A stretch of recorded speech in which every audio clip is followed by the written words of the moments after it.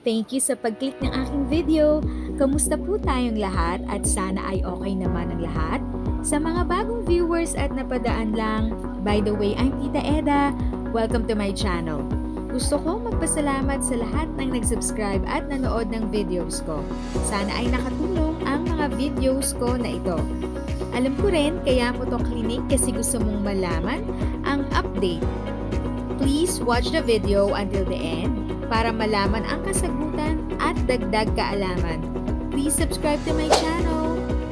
At huwag kalimutan i-click ang notification bell para updated ka every time na mag-upload ako ng bagong videos. Like, share, and comment to this video.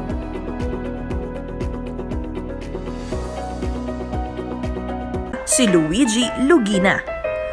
Kukubra na ng retirement pension after 30 years of SSS contribution. Asus! Hindi pala agad na korek ang spelling ng pangalan niya noong binata pa. Kasi ang lumitaw na record sa name niya ngayon ay Lugi Lugina. Paano may iwan ang common problem na feeling na lugi sa records discrepancy? May mga miyembro tayo na hindi rin maayos ang kanilang record sa SSS, lalo-lalo na yung mga pangalan. O kaya nga yung iba, malalaman na lang pagpapile ng retirement, doon na lang natin makikita na mali pala yung nakarehistro pangalan sa SSS. Ano ba ang dapat natin gawin? Napakasimple lamang po niyan.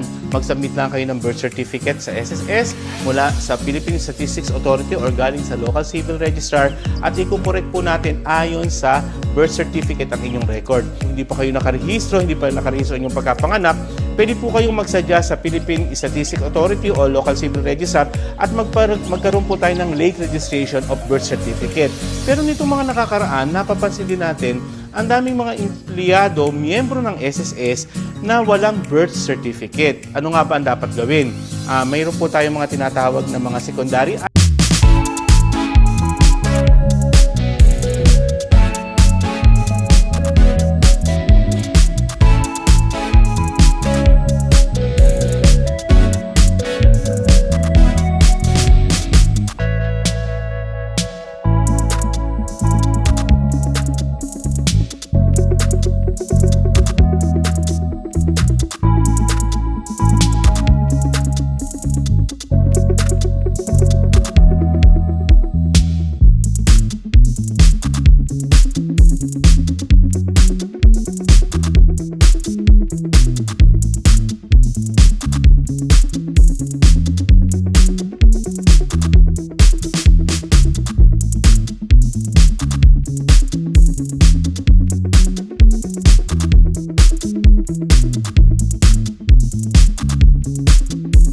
So ayan mga guys, if you find this video very helpful at nagustuhan mo itong video, please like, share, comment, and subscribe to my channel and click the notification bell para updated kayo sa lahat ng videos na aking i-upload. Thank you ulit sa pag-tune in nyo sa aking channel. Again, this is Tita Eda. If you have questions and you want information, just visit Tita Eda's channel. Continue to be a blessing and stay safe.